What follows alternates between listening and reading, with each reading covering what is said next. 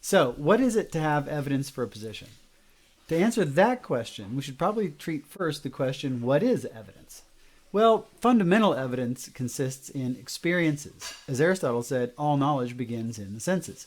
So my belief that I see a green apple is justified and made rational by my experience as of seeing a green apple, by having that experience characteristic of seeing a green apple in the absence of any reason to doubt that experience. Okay, so the experience gives you prima facie justification or a pro tanto reason to believe there's a green apple there. Now we could find that there are defeaters and then all bets are off.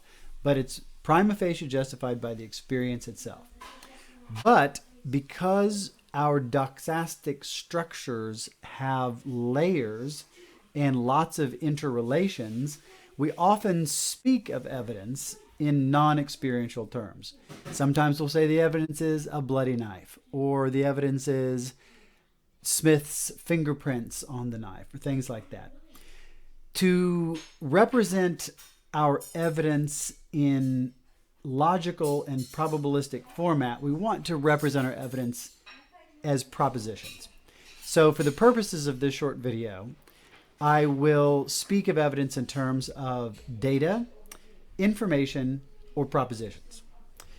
But I just want to make it clear that, in my view, basic evidence consists in experiences, and our ordinary language talk about objects being evidence comes down to our experiences. Because after all, to know that Smith's fingerprints were on the knife, you have to have an experience of looking in a microscope or whatever, how you actually do it. But it's ultimately going to come back to the individual's experience. Okay, so fundamental evidence, basic evidence consists in experiences, but because experiences have content, will represent propositional content. We will represent evidence in terms of propositions, data, and information. Okay, so that's how we're going to talk about evidence. One more point of clarification, because sometimes we talk about having evidence for a position and other times we talk about having reasons for a position. Well, these are just stylistic variants.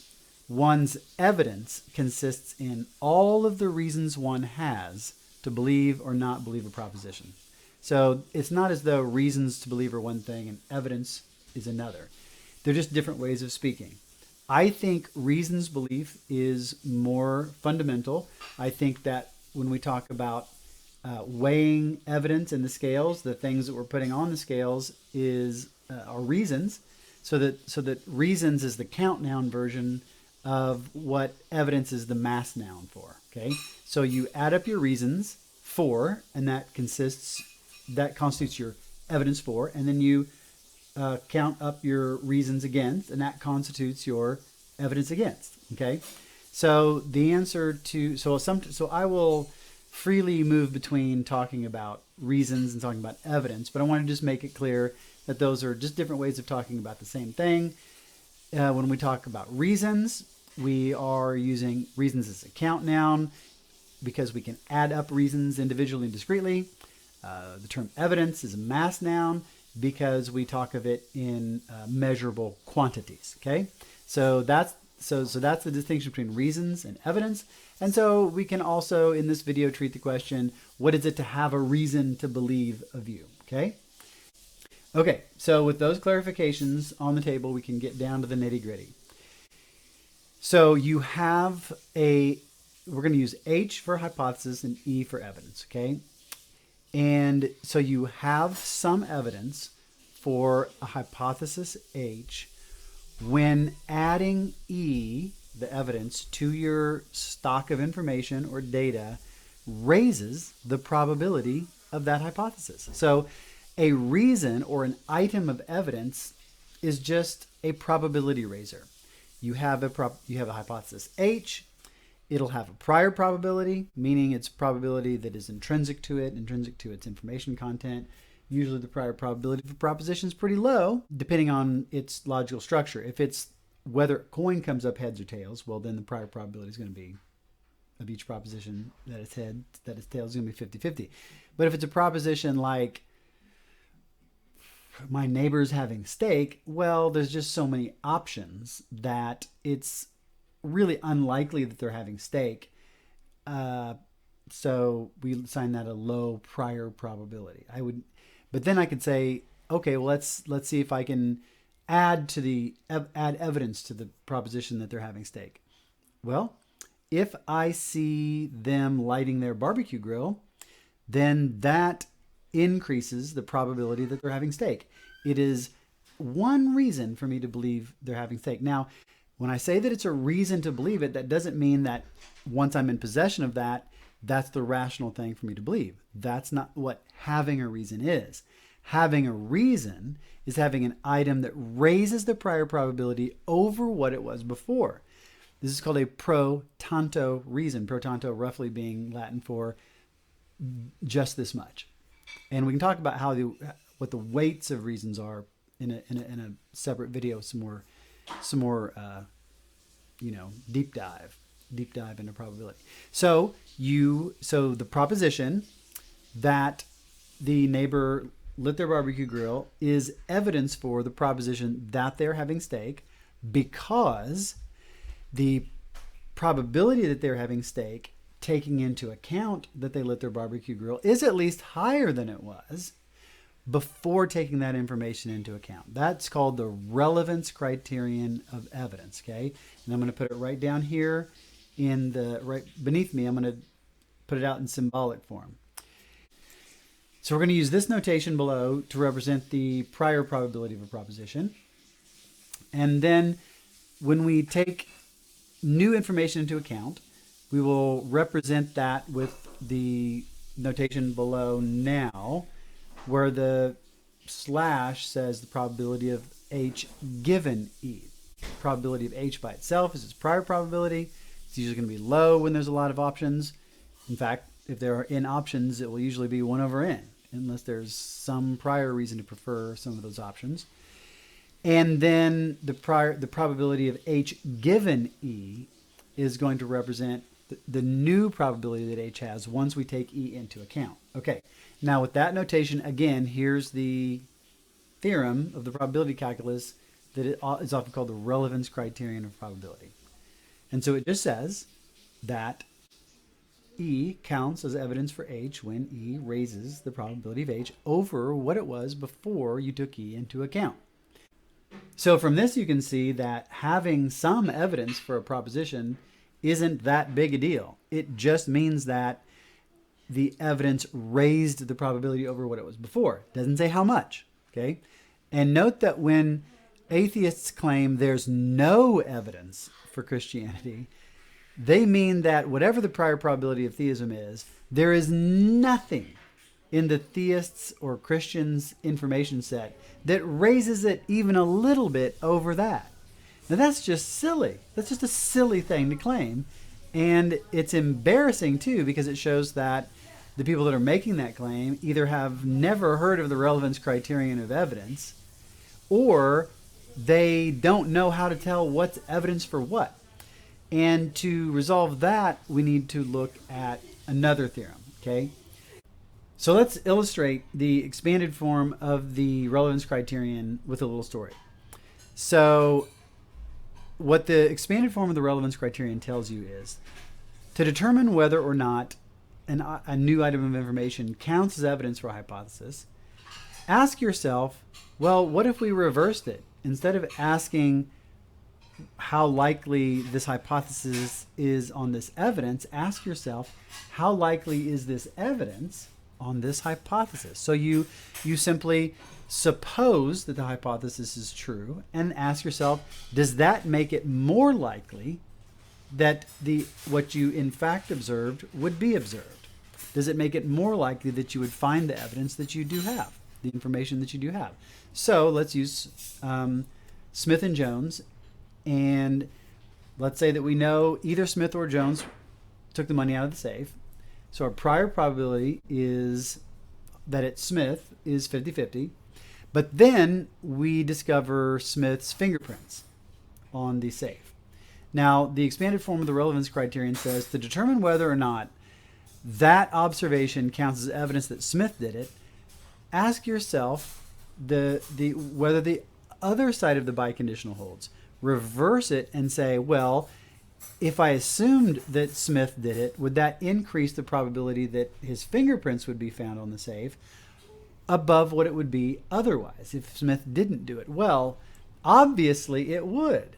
The probability that his fingerprints would be on there just willy-nilly are pretty low.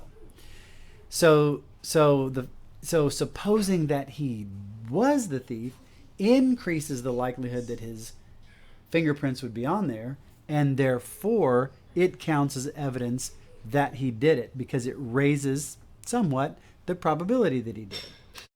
Okay, thus Smith and Jones. Now let's apply this structure, which is a standard part of the discipline called confirmation theory, which is usually taught under philosophy of science. Now, as an evidentialist and as a scientifically minded person, I think we should judge the rationality of our religious beliefs by the exact same criteria that we judge our scientific beliefs. In fact, I think that that goes for history, literature, everything. And that the structure of confirmation is the same across the board in every case. It's not like there's one for religion, one for science, one for history, one for medicine, one for law. No, being a Bayesian is to affirm that there is a set structure of confirmation and that it's revealed by the probability calculus. Now, there are some epicycles and little in-house debates and things like that, but nothing that affects the content of this video. This is all very, very basic confirmation theory. So let's apply this structure to theism with respect to the question, is there any reason at all to believe in God? Now, I'm only treating that question. I'm not treating the question of how much is there. I'm not treating the question of the probability that God exists. And the reason is that for two reasons. One is that this is a first step, right? That's next. We're doing this step now. That step can come later. We need to understand what it is to have some evidence before we talk about measuring evidence, just the progression, the sort of natural progression, pedagogical progression. But also, I'm treating that question, the question of whether there's any evidence for theism, rather than the question of how much there is first, because I hear atheists actually claiming there's no evidence for the existence of God. Now, I will display below the second expanded version of the relevance criterion of evidence, substituting T for H because we're taking our hypothesis to be theism, and I will let E range over some other items, okay? So let's let E first stand for, let's just say, the proposition that there are conscious beings, conscious embodied beings who can make morally significant choices. So, with the theorem thus modified, how do we assess whether or not E counts as evidence for T? How do we assess whether or not the existence of embodied conscious beings who make morally significant choices counts as evidence for theism? Well, we look at the second half of the biconditional and we ask ourselves, first, what's the prior probability that there would be such beings? Well, pretty low. In and of itself, it's a pretty unlikely thing. In fact, we might think, given all the ways worlds might be and the way things need to line up for such a world, the intrinsic probability is abysmally low. But we don't need that. It's pretty low. Doesn't even need to be abysmally low. It's pretty low. There's no specific reason to suspect it in and of itself. So now let's ask, well, what would its probability be supposing that theism were true? As we saw in a previous video in Recovering Reason, in the Swinburne for Seekers playlist, the explanatory power of theism of a proposition is proportionate to the goodness of that thing, and the existence of such beings is great. The existence of such beings their value is very high, and such beings are precisely what we would expect God to bring about. And so certainly it wouldn't be very surprising at all. Even if you think maybe he would, maybe he wouldn't. Okay, say it's 50-50 given theism. That's still way higher than it is outside of theism. In fact, you could say it's pretty. You say, well, I'm actually really surprised God made these beings, made embodied persons, made rational animals. Well, I don't know why in the world you'd be surprised by that, but even if you were, it's at least not that surprising. You say, okay, well, God would want there to be beings who worship him and praise him, and he would want to see the play played out and things like that, and he would enjoy there being creatures that interact with one another. So it wouldn't be too surprising, and I would argue that it would actually be very surprising if such beings didn't exist in any universe in which God creates. In fact, I'm inclined to think maybe there aren't any possible worlds in which God creates but doesn't create these types of beings, because I think these types of beings are logically necessary for the best kinds of worlds to exist, because they are logically necessary for the things of greatest value to exist, contingent things of value, which are virtues. The exemplification of virtue is, I think, the best contingent thing any universe can contain. And since God has to create a universe of the best possible kind, I actually think that any world in which God chooses to create, there are such beings. Not that they don't have to be like us, but there would have to be beings that fit the bill of embodied conscious beings that make morally significant choices. Now, so it's either not very surprising that such beings exist given theism, or it's actually entirely predictable and not surprising at all. In either case, it's more likely than it would be assuming that theism is false, and so it just follows logically from this theorem that that proposition, this evidence, counts as evidence for theism, and so all theists have some evidence for theism, because all theists observe that there are these beings. Now, to deny this is either to choose to work completely outside the realm of formal confirmation theory, which I think is ridiculous. It's the standard structure for confirming hypotheses, and it would be special pleading to treat science and religion differently, or to argue that it's on some naturalistic hypothesis that it's totally unsurprising that there would be these beings, and that's just silly. It's a silly thing to think.